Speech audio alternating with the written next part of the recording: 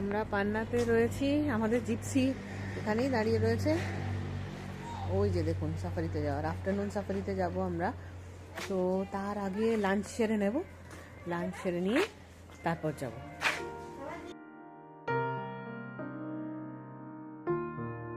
Hello everyone, দেবশ্রীস travel ডায়েরির সব সদস্যদের আমার এই নতুন ভিডিওতে স্বাগত জানাই। আজকে থাকছে মধ্যপ্রদেশের পান্না অরণ্যে ভ্রমণের দ্বিতীয় ভাগ। কলকাতা থেকে সরাসরি নাগপুর হয়ে পান্না পৌঁছতে পারেন, অথবা সাউথ কাটনিতে নেমে অ্যাক্সেস করতে পারেন পান্নার অরণ্য।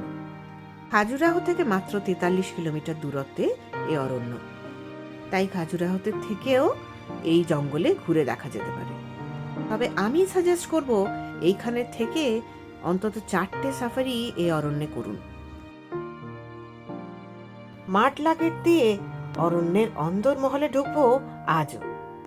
অরণ্য সফরে আজ সারথি আলাদা হলেও পথপ্রদর্শক সকালে যিনি ছিলেন তিনি, অর্থাৎ দিনেশজি। देखते हैं, देखते हुए चलेंगे।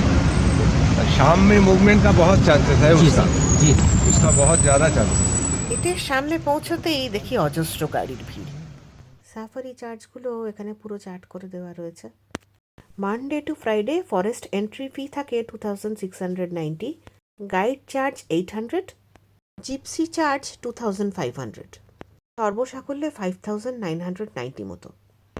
প্রিমিয়াম ডে অর্থাৎ স্যাটারডে সানডে হলে এন্ট্রি চার্জটা একটু বেড়ে যায় 3350, গাইড ফি আর ভেহিকল চার্জটা একই থাকে।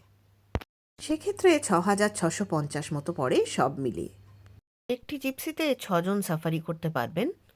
শেয়ার জিপসিতে গেলে 890 টাকা করে পার হেড। ফরেস্টের ভেতর মোবাইল ফোন অ্যালাউড নয়, তাই অবশ্যই ক্যামেরা ক্যারি করবেন, ক্যামেরার চার্জ এক্সট্রা। শীতকালে আফটারনুন সাফারির টাইমটা একটু কম, 4টে থেকে 5:30 পর্যন্ত। সাফারি বুকিংয়ের সময় যে আইডি প্রুফ দিয়েছেন সেটা অবশ্যই অরিজিনাল কপি ক্যারি করবেন সাফারির সময়। পারমিট চেকিং ডান, আমরা এবার ঢুকে পড়ব অরণ্যের ফটক দিয়ে। জঙ্গল মানে শুধু বাঘ ভাল্লুক আর রকমারি গাছপালা নয়, হাজার রকম পাখি, লক্ষাধিক কীট পতঙ্গ, অন্যান্য তৃণভোজী, সরীসৃপ, বৃক্ষ, গুল্ম, ঝোপঝাড়, জল, মাটি, আকাশ, নদী, পাহাড়, মোরামি রাস্তা, আর অবশ্যই শীতকালে শীতের কনকনে বাতাস, হাওয়ার মাঝে ঝরে পড়া পাতার বুক ফাটা অব্যক্ত শেষ আর্তনাদ। সব মিলিয়ে আমাদের এই ভারতীয় জঙ্গলেরা এত কিছু এলাহি আয়োজন, যেখানে তাকে ভালো না বেসে থাকা যায় বলুন? ইতিমধ্যেই পাকদণ্ডির ওপর দেখা মিলল একটি জ্যাকেলের। উল্টো দিক থেকে আরেকটি গাড়ি আসতে দেখে গা ঢাকলো বনের অন্দরে। ডিজিটাল ডেটা কালেক্ট করে নিয়ে এগিয়ে চললাম আমরা। জিপসির চাকা করালো আবার। হিমেল রসায়নী বাতাস গায়ে মেখে এগিয়ে চললাম বন সমুদ্রের মাঝে লুকিয়ে থাকা মণিমাণিক্যের খোঁজে। খানিক এগোতেই দাঁড়িয়ে পড়লাম জিপসির জটলা দেখে এই ঘাস বন্যার পাশে। বার্তা বিনিময়ে জানা গেল জায়গাটায় বাঘিনী 141কে দেখা গিয়েছে। পিপারটোলা গ্রাসল্যান্ড এবং কর্ণাবতীর আশপাশটা বর্তমানে তার টেরিটরি। তার অঞ্চলেই বাস করে তার 3 শাবক। শাবকরা একটু বড়, তাই আংশিকভাবে মায়ের উপর নির্ভরশীল। খানিক স্বাবলম্বী হয়েছে বলে মাকে ছাড়া থাকতে পারলেও 3 শাবক মূলত একসাথেই থাকে এখনো। শীতে অরণ্য ঢেকে রয়েছে শুকনো পাতার ধূসরকারি। মধ্যখানে শুকনো ডালটায় অবিরাম কাঠ কেটে চলেছে কাঠঠোকরাটা।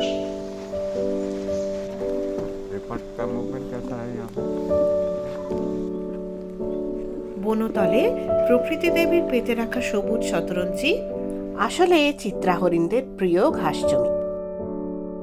এ বনের পথে আছে চড়াই উতরাই, আছে পাহাড়ি উচ্ছল নালা। তারই একটার ওপর দিয়ে চলেছি আমরা এই মুহূর্তে। কাদা মাখা জল পেরোতেই ভেজা ভেজা ঘাস জমির ওপারটায় জঙ্গলটা যেন আরো সুন্দর। বোঝা যাচ্ছে জঙ্গল যেন ক্রমশ গহীন হচ্ছে। ধীরে ধীরে দিনের আলো সরে গিয়ে নেমে আসছে মলিন নিধুরতা। নবজাতকের মতো টলমলিয়ে হামাগুড়ি দিয়ে ক্রমশ নেমে আসবে অন্ধকার। 2 ডুবোজাহাজি সূর্যটা যেন সৃষ্টি করেছে স্বপ্ন মাখা হৃদয় ছোঁয়া এক অনাবিল জঙ্গুলে বিকেল। ব্যাপ্ত ঘাসবন, গভীর বনানী ভেদ করে আমরা এগিয়ে চলেছি কর্ণাবতী ভ্যালির দিকে। ততক্ষণে সূর্যটা লাল কমলা হলুদ তুলির এলোমেলো টানে ফুটিয়ে তুলেছে রং ঘষা বাহারি কলা। এই অরণ্যটাকে উপলব্ধি করলেই বোঝা যায় পান্না নামের সার্থকতা। পান্না বাগবনের জীবন সুধা হলো কর্ণাবতীর শীতল সবুজ জলধারা। এই রূপসীর মুক্ত ঝরানো হাসি মুখ দেখে বেঁচে থাকে এই জঙ্গলের বনচরেরা। এই নদীর ওই পারে রয়েছে ছতরপুরের রাজা রাজাদের কালের নানান সাক্ষ্য। সাদাটে বেলে রঙা মাটি এদিকটায়। গাড়ি খানিক এগোতে পিছতেই চোখে পড়ল বাঘের পায়ের ছাপ। গাড়ির টায়ারের ওপর পায়ের ছাপ, অর্থাৎ বাঘ যে সদ্য হেঁটে গেছে সেটা বুঝতে অসুবিধা হলো না আমাদের।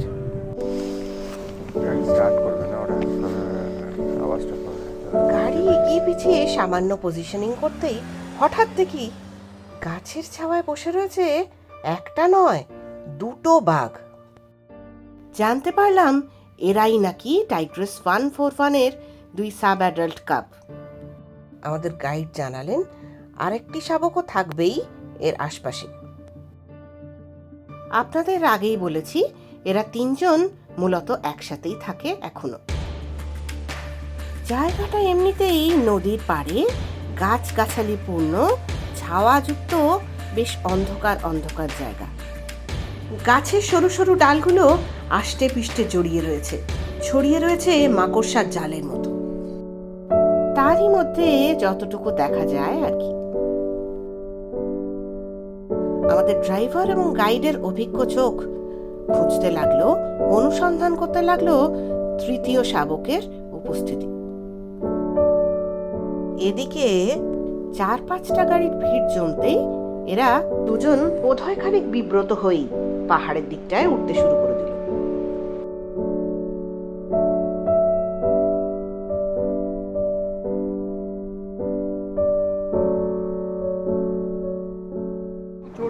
ये ऊपर जा रहा है किधर? ये कर सकते जैसे कि कैंप की तरफ से ऐसे आगे से भी आ सकते हैं। তবে যেই দিকটা এরা যাচ্ছে সেদিকটা রাস্তা থাকলেও ওই দিকটা ট্যুরিজম জোন নয়, অতএব আমরা ট্যুরিস্টরা সেদিকে যেতে পারবো না। তাই এখানেই অপেক্ষা করা ছাড়া কোনো উপায় নেই। প্রয়োজনে পরিস্থিতি দেখে গাড়ি এগিয়ে পিছিয়ে নেওয়া যাবে।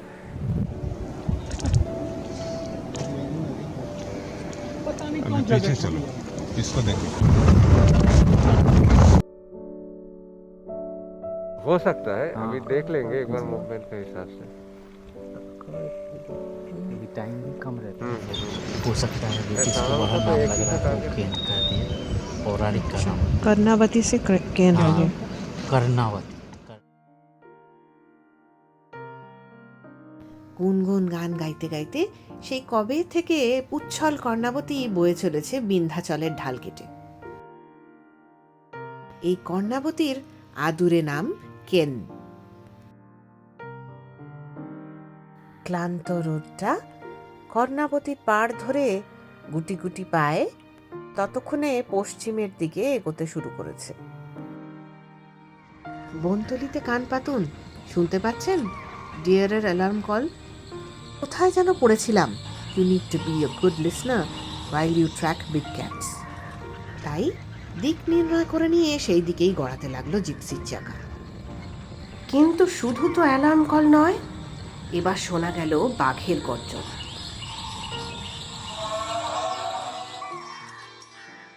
কর্ণাবতী ওরফে কেন, যমুনার উপনদী এটি।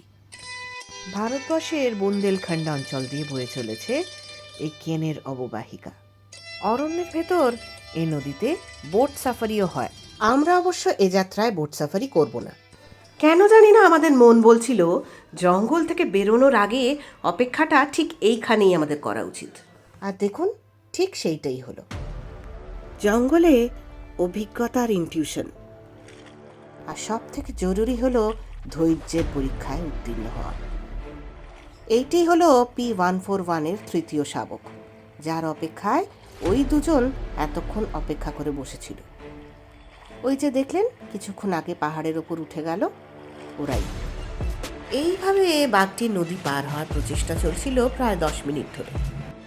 নদীতে রয়েছে যথেষ্ট স্রোত, আর কুমিরও রয়েছে এই কেন নদীতে। তাই নদী পার হওয়ার রিস্ক বোধহয় আর নিতে পারল না এই অপ্রাপ্তবয়স্ক তৃতীয় শাবকটি।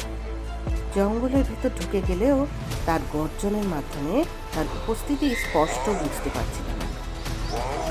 এমন সময় যা হলো নিজের চোখকেও যেন আমরা বিশ্বাস করতে পারছিলাম। পাহাড়ে উঠে যাওয়া সেই শাবকটি ততক্ষণে নেমে এসছে নদীর এপারে। বোধহয় সহোদরের গর্জন পৌঁছেছে ওর কানেও। মখমলে নীল ক্যানভাসে কে যেন বোলাতে শুরু করেছে হলুদ, নীল, কমলা, গোলাপি রঙা তুলি। সারাদিন জ্বলতে থাকা সূর্যটা ক্লান্তির আয়েসে পশ্চিম আকাশের দিকে তাকিয়ে হাই তুলতে শুরু করেছে।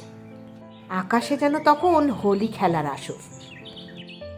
চোখের সামনে তখন যেন এক স্বপ্নময় চলমান দৃশ্য। সৌরকিরণ উদ্ভাসিত সবুজ বনানীতে সবচেয়ে নীল কর্ণাবতীর টলটলে জলরাশিকে পেছনে ব্যাকড্রপ রেখে মখমলি বনতলে সদম্ভে পদচারণা করে যেন বাঘেদের র্যাম্প শো হচ্ছে আজ আমাদের সামনে। আকাশে বাতাসে ততক্ষণে মুগ্ধতার আবেশ, সে আবেশে ভরে উঠেছে আমাদেরও মন প্রাণ। আহা, এ ল্যান্ডস্কেপ অন্য কোনো জঙ্গলে আছে কি? আমার তো মনে হয় না। সৃষ্টির রূপে আজ আবিষ্ট আমরা। ঘড়িতে তখন সময় প্রায় 5:15। গেটে পৌঁছতে হবে 5:30টায়। হলে কি হবে? এ দৃশ্য ছেড়ে কার বেরিয়ে যেতে ইচ্ছে করে জঙ্গল থেকে বলুন তো? তবে জঙ্গলের নিয়ম তো আমাদের মানতেই হবে, আমাদের মানুষদের কাঁধেই তো সে দায়। তাই জিপসির চাকা গড়ালো ফিরতি পথে। মনে আসছিল নানান প্রশ্ন। পরের সাফারিতে এসে কি এদের আদৌ দেখতে পাবো? নদীর ওপারে টাইগ্রেস 141-এর যে বাচ্চাটি ছিল, ও কি নদী পার হয়ে আসতে পারবে? কি জানি, সাসপেন্সটা বরং তোলা থাক পরবর্তী সাফারির জন্য। বাংলার মুড়ি, বাংলার আমরা মুড়ি। মধ্যপ্রদেশে বসে খাচ্ছি কিন্তু মনে রাখবে, এটা বাংলার মুড়ি। এটা কিন্তু শাহী ঝাল পাপড়ি, এটাও মধ্যপ্রদেশে খাচ্ছি আমরা। ঠিক আছে, এই যে আমাদের মুড়ি মাখা, যে মুড়ি মাখা হচ্ছে, আচ্ছা এই দারুণ ব্যাপার। তুই একটু খাবি বললি না? হ্যাঁ, একটু ভুজিয়া। অনেক অনেক দিন থেকে আমরা ওয়েট করেছিলাম বলো এই মুড়ি মাখাটার জন্য। বাঙালির জন্য আমাদের ফার্স্ট ডে থেকে যবে থেকে টিকিট কাটা হয়েছে তবে থেকে আমরা এইটা নিয়ে একেবারে যত ইন্টারেস্ট, এইটা নিয়ে একটা ডাবল ইন্টারেস্ট। ঠিক তাই। তো আজকে আমরা সেটা ফুলফিল করতে পারলাম। সকলে মিলে এইভাবেই আজ আমরা বাঘ দেখার আনন্দটা সেলিব্রেট করছি। বলা ভালো, একসাথে বেড়ানোর আনন্দটা সেলিব্রেট করছি সবাই। সারা বছর সকলের কাজের মাঝে একটু একটু করে আনন্দের রসদ খুঁজে নেওয়া আর কি। এই এপিসোড কেমন লাগলো জানাতে ভুলবেন না। দেখা হবে পরের এপিসোডে। সকলে ভালো থাকবেন, সুস্থ থাকবেন, আর সঙ্গে রাখবেন দেবশ্রী ট্রাভেল ডায়েরি।